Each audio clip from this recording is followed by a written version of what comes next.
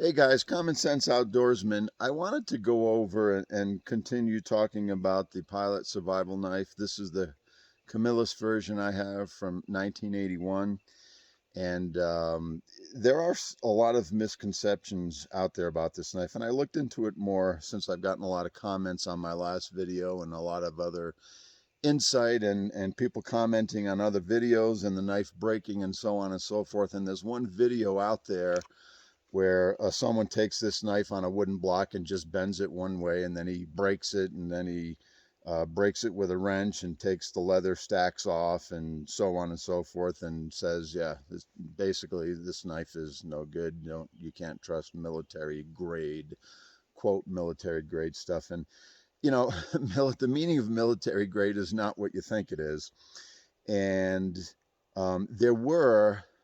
I know in the late Vietnam era, there was a problem with heat treat, and there were a lot of bad knives, and that can happen with any knife. Sometimes some get by without the proper heat treat, and because of that, they are junk. But there is a lot, there's a lot of these knives out there. There was a lot made. A lot of people have used them, and there are a lot of success stories. So generally, overall, I think it's a great knife. I don't know that person in the video who broke the knife over a wooden block. I don't know how he used that knife. I don't know how old it is. I don't know what his other experience was, but it didn't seem like to me he just took a knife off the shelf and bent it and broke it. And there may be more to that story. I don't know. Could have been, like I said, a bad heat treat. But anyways, and then a lot of people are parroting on there, oh yeah, military grade junk and the lowest bidder and all this other stuff. But as you know, I was in the Air Force, and I did have some experience with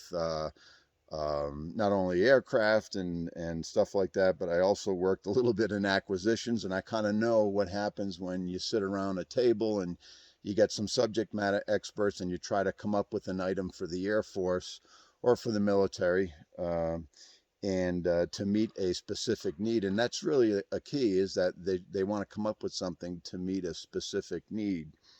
And if I was working on an aircraft system, well, what is the need? Well, that system that I'm working on to operate on an aircraft, how long does that have to last? Well, it has to last the life of the aircraft, correct? That's what we would want. Some items that procure in the military are just a one-time use. How long do you want it to last? You just want to take it out and have it do its one thing for that moment, and that's it. And that's how long it has to last. It has to be able to meet the objective that it's designed for.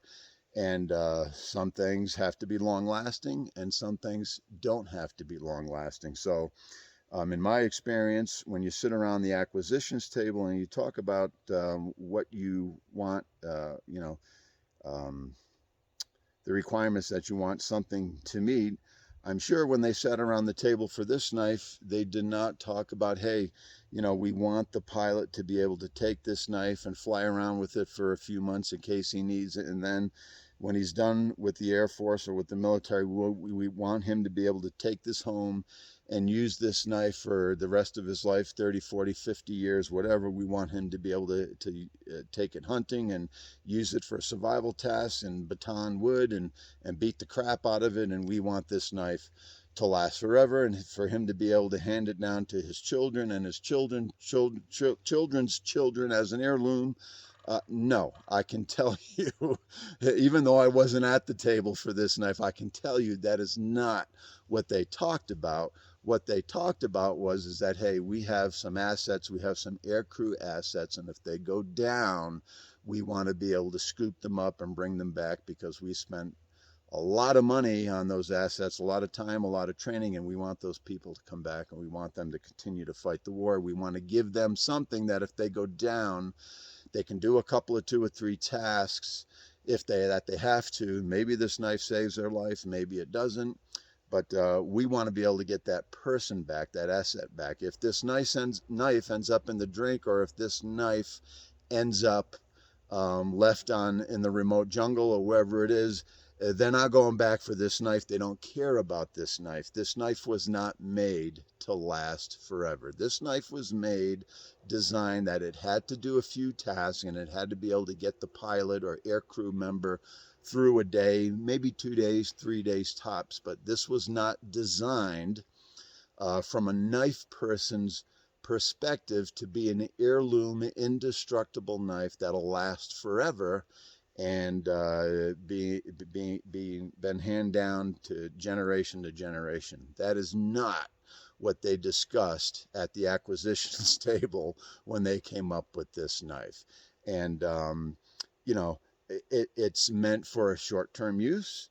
It's actually meant to not ever be used. It's meant for a pilot to carry.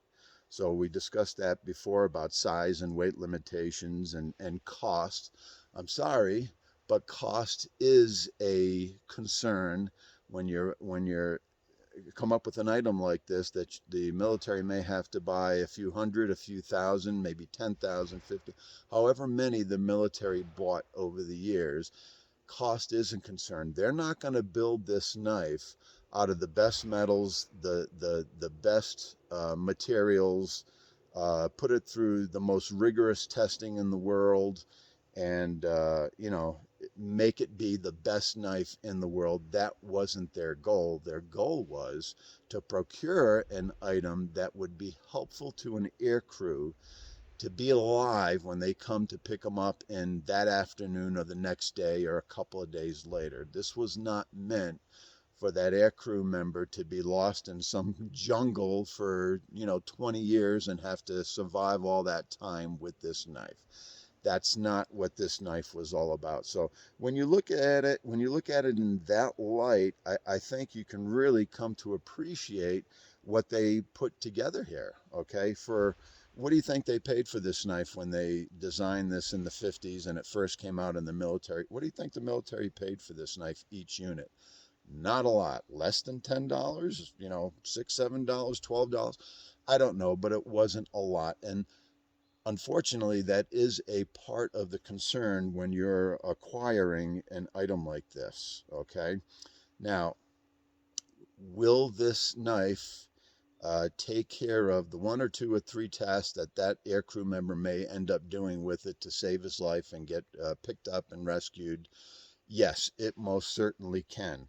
And I think in actuality, they probably went above and beyond. Did they design this out of a top secret steel that will never rust? No.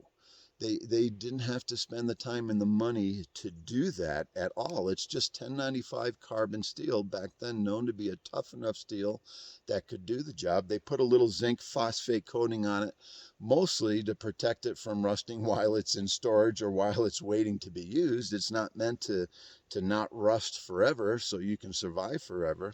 It's just a 1 day, 2 day, 3 day item to use to do a few tasks by a pilot or a aircrew member, to save their life and maybe be some good for them until they get rescued. Okay, so yeah, not expensive, nothing special, not the best knife in the world, not the strongest knife, not the toughest knife, not a knife that it was built to last forever, and that's perfectly fine. Us knife people look at this knife and we're going to have a lot of complaints. We're going to have a lot of complaints using it as an outdoor knife or, bushcraft knife or whatever, but it's not meant for that. It's meant to be as small as possible, light as possible, as inexpensive as possible to put on an aircrew's vest. However they did that, it depends on what kind of vest they wore. And to give him something to do a couple of tasks with in an instant to be able to get rescued. That's all it's for, okay? And I think the choices that they used here and the build quality for what it is and what they put on it is perfectly fine for that task. As a matter of fact, it exceeds, in my book, the requirements for that. They didn't give this to an aircrew member to take it out and use this every day and to to beat their firewood and to stick it in trees. And that's not what this knife was designed for. This wasn't designed for them to use unless they needed it in case of an emergency to save their life for maybe a couple of tasks in an afternoon, and that's it. And that's why this knife is made the way it is. It has to be able to be built easily. The materials have to be readily available in case they need a lot of them and they needed to make a big order. It needed to be simple, inexpensive, and effective. And when you look at all of that, I think you can appreciate more this knife and what it's done. There's lots of stories about people, carrying this knife in the military, never using it. They take it home. They've had it for 20, 30, 40 years, used it for all kinds of stuff, and the knife has held up.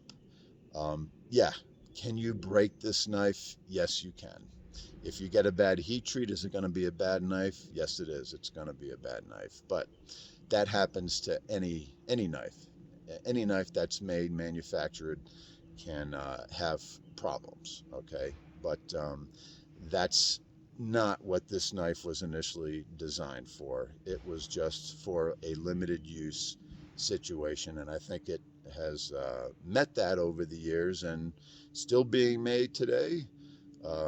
If you're aircrew, you can still carry it, and I would have no problem carrying this knife and use this knife. Now, if I was to design my own for my personal use, yeah, I'd make something a lot better because I'm a knife guy, and I would like a better, more of a full tang, hardier, and I would do some different design features to the knife. But this is what they came up with when they sat around the table. I think they did a great job back in the 50s when they did that, and it's been a great knife. So just wanted to clear those few things up, guys. Common Sense Outdoorsman, enjoy your pilot survival knife.